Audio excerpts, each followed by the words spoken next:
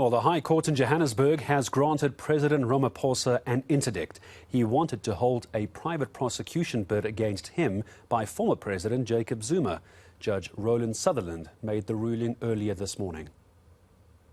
As to the balance of convenience, the respondent suffers no harm if there is a delay in the private prosecution in order to debate the controversies alluded to in this judgment. As mentioned earlier, the trial of the alleged principal offenders has yet to begin. Their conviction is a necessary condition for criminal liability by the applicant. The costs of this application were hotly debated. However, it is unnecessary for us in this urgent hearing to address that question, which shall be reserved for a decision at the hearing of the main case. It is for these reasons that an order will issue in the following terms. 1. The application is urgent and the ordinary forms and service provided for in the Uniform Rules of Court are dispensed with. 2. Pending the final determination of Part B, the first respondent is interdicted from taking any further steps to give effect to the nolli prosequi certificates of 21 November 2022 and 6 June 2022, and the summonses issued by the Registrar on the 15th and 21st of December 2022 or to pursue the private prosecution under case number 59772 of 2022 against the applicant in any way. 3. The costs occasioned by this urgent application shall be reserved for decision at the hearing of Part B of this case. 4. The parties' representatives are directed to immediately approach the office of the Deputy Judge President Johannesburg to arrange a case management meeting to set an agreed date for the hearing of Part B. We hand down this judgment, which will be uploaded online within the hour and emailed to such parties as who require that. Court will adjourn.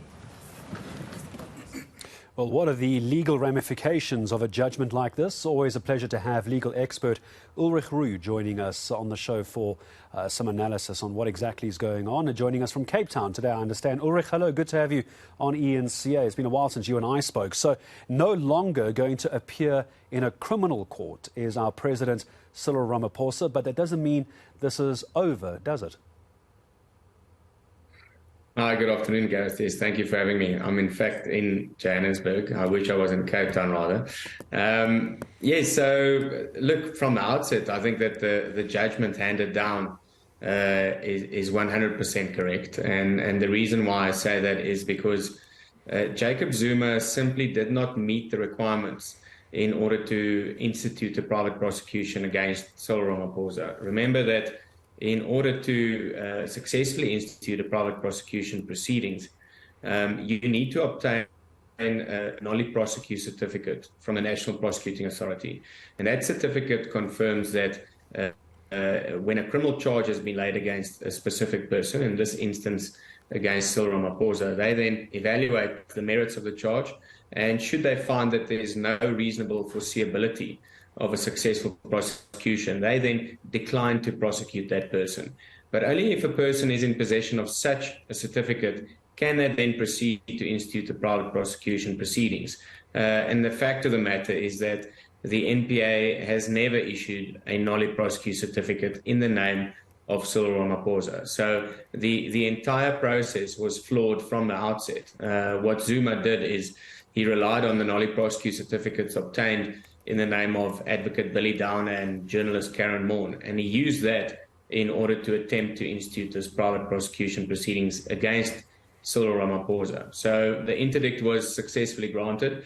It is in place pending finalization of Part B of the application, and Part B is, of course, that a full investigation and review must be undertaken in order to determine whether there's any merit to proceed with a private prosecution or not. So Ramaphosa is successful today. Whether this will mean the end of the road in this private prosecution matter, one would have to wait and see. But as I said from the outset, Zuma's institution of the private prosecution proceedings was completely flawed and could never have succeeded.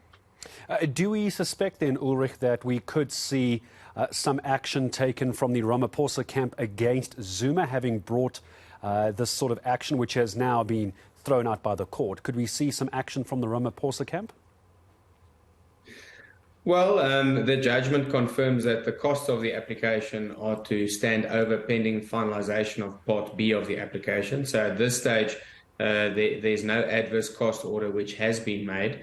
But certainly, I think that if Part B of the application is finalized and it is determined, as I predicted will be, that Jacob Zuma has no grounds to institute a private prosecution against Cyril Ramaphosa, then most certainly one could expect that the court orders Jacob Zuma to pay the costs of Cyril Ramaphosa's application, because he was forced to approach the court to obtain the interdict. And then one could also possibly expect a civil claim for damages against Zuma by Cyril Ramaphosa, in lieu of the fact that he had to endure this application, as well as the attempted institution of a private prosecution. But we'll have to wait until the finalization of Part B of the application to see whether they will pursue this avenue. And while we wait for this review as well, do we know if there's any legal standing for an appeal from the Zuma camp on this? Obviously, they wouldn't be very happy with the judgment from today. Is this signed, sealed and delivered, or do they have other avenues to explore, for example, a higher court, for example, Ulrich? At this stage, the correct legal procedure would be to first wait for the determination of Part B of the application. But given Zuma's track record, I think one could most likely expect that they will now attempt to approach either the Constitutional Court or the Supreme Court of Appeal. Although that would, in my opinion, not be the correct legal strategy to follow. I don't think that we can rule that out, given Jacob Zuma's track record of approaching the court. Help me understand how close to the line a judgment like this has to veer away from the political undertones, was the word used by President Ramaphosa's legal team. And how close can a court of law get to any political undertones? They have to steer quite clear of that, don't they? What did you make of the wording of the judgment? Yes, certainly. Remember that we have the separation of powers doctrine, and that confirms that the judiciary must at all times remain completely objective, must not be influenced by any external or outside factors, such as political pressure or political innuendo. And that was, of course, President Ramaphosa's, the basis of his affidavit was to say that the only reason why Jacob Zuma proceeded with this private prosecution was in order to cast a negative light on Ramaphosa shortly before the ANC election.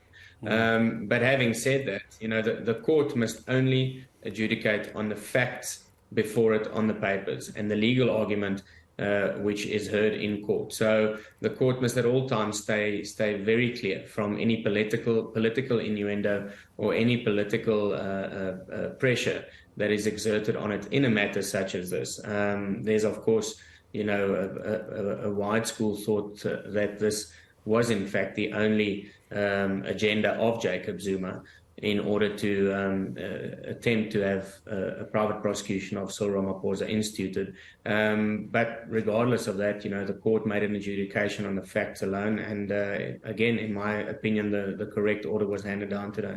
Well, I appreciate your time, Ulrich. Always good to speak to you, even if you're not in Cape Town, incorrectly suggesting you're in the beautiful part of the country. You're actually in Joburg, suffering with the rest of us. Ulrich Roux, thank you very much